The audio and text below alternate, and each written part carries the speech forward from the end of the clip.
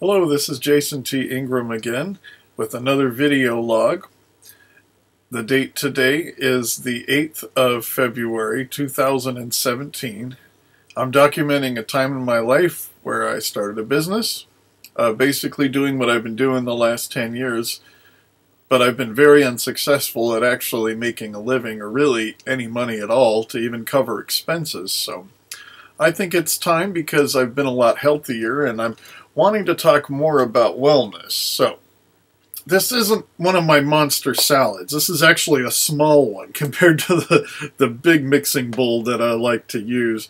But what's really helped me make these salads is kitchen shears. I own like a half a dozen pairs of these. And so what I do is I take a huge like pound container of salad greens. This one's called super greens because these have superpowers in them, I guess. I put a whole tomato. This time I've got a peach, and it's like an unripe peach, so it's really nice and crispy like an apple. I've got slices of carrots that were pre-cut and washed, so those are really easy to use. And the only things I actually had to wash was the peach and the tomato. Sometimes I get those pre-washed. And some celery. So it's pretty simple, but I wanted to add a couple of fun things today. Sometimes I put a hard-boiled egg on it. I like to cut that up. Sometimes I put some meat, but I just haven't. Maybe I've been hanging around too many Buddhists because I just don't have a taste for meat anymore like I used to. But it's hard because I'm on a diet that requires me to eat a lot of protein. One of my favorite superfoods that's usually available are blueberries. And although these were probably grown in some horrible factory because I get them really cheap, they're great for breakfast, for snacks, midnight snacks, and sometimes dinner. So, whoa! I dropped my little camera. Luckily I didn't drop blueberries all over my office floor. That would have been really fun. So last week I did one video log. I was very depressed, very frustrated. Starting a business and putting myself out there, and even getting my business license last month was incredibly stressful. It was like I really had to chase away some of my fears and the demons, for lack of a better term, that I have really been trying to face in my life. And, whenever you take steps forward in something that you needed to do for a long time, there's a lot of opposition, and most of it comes from within. And I was talking to somebody recently who knows me very well, who was talking to me about why I like to challenge people all the time, or I mess with them, and especially family. And the reason is I was trying to explain it, that when somebody's disabled, especially if you have what I call an invisible disability, like people look at me and because I'm not, walking on crutches or have, a blind person cane or something like that, then it's really hard for them to believe that life is any harder for me than it is for them. So I really admire people that can have a job, a career, especially, a marriage and a family, and the privileges of all of those things. Hey, this works actually. I might do this because it's making these salads can give you carpal tunnel syndrome if you cut them this way all the time. So it's kind of a cool way. I want to teach myself how to do it left-handed too, because, your right hand can only handle so much. So I'm thinking about how I live in this subculture of hanging around mostly with peers. And for those that know a lot about mental health, a peer is basically saying, P-E-E-R, this person is also living with mental illness. They relate to what I'm going through. And if I complain about something, they don't seem to hold me in the worst possible motives, but they say, yeah, I've experienced that too. So I consider those people safe.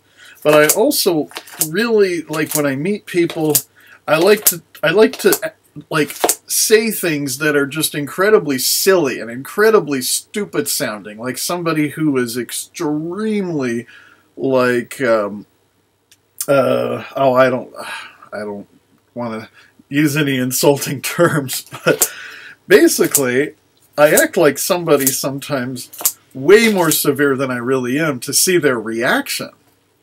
And I've been doing this for like 30 years, and it's a bad habit. But I was trying to explain is that I live in a world where I'm always having to see what places and what people are safe and what's unsafe for me. And my world is sort of like this projection of, is this person safe and is this person unsafe? Now, the people that I consider unsafe are a lot of times the people that are often considered safe people, especially healthcare providers and social workers and things like that. Many of those people I don't trust because I've had so much abuse and discrimination, and I've been misjudged, and I've often been put in this category of somebody who's a drug addict or somebody who's unsafe around certain types of people.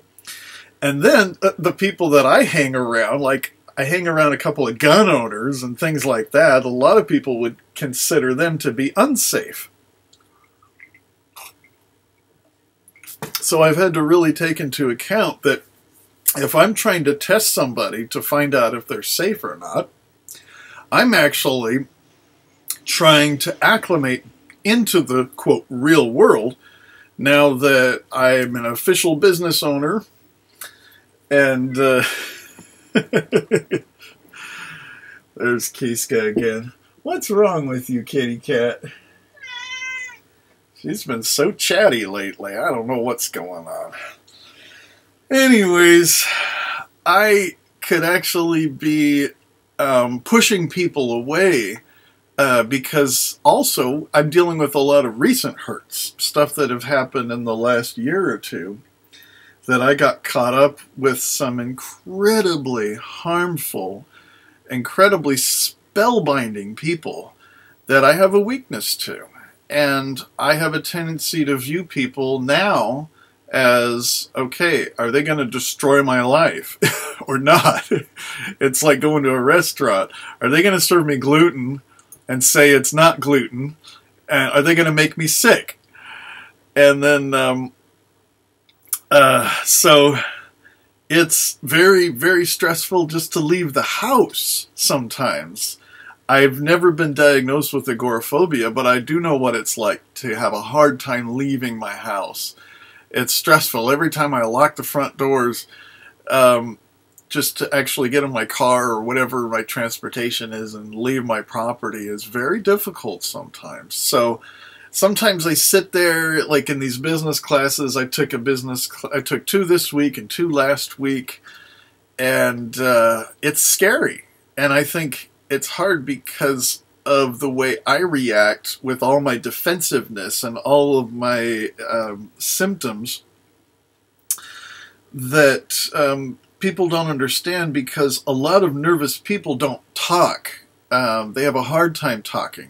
A lot of other nervous people can't stop talking. And they're both difficult to deal with. They're both hard to be around, those kinds of people. However, the people that don't talk enough are usually the ones that get a lot of more encouragement, and the people that talk too much are often marked with a lot of stigma. So rapid speech is a symptom, and I think people need to recognize that. And I think the fact that I'm doing these kind of old school YouTube video logs where I keep them at 10 minutes has been good, because it's really hard for me to summarize stuff in 10 minutes. So, what else am I adding to my monster salad here, or my mini monster salad? This is organic raw sunflower seeds, and they make it so yummy because they're not toasted, so they're not all hard. They're really, really yummy in there, and they're healthy, and they're raw too, so they're a lot healthier, and I love them. Oh yeah, And my dressing before I forget. Olive oil and balsamic. Thanks. Love you. Till next time.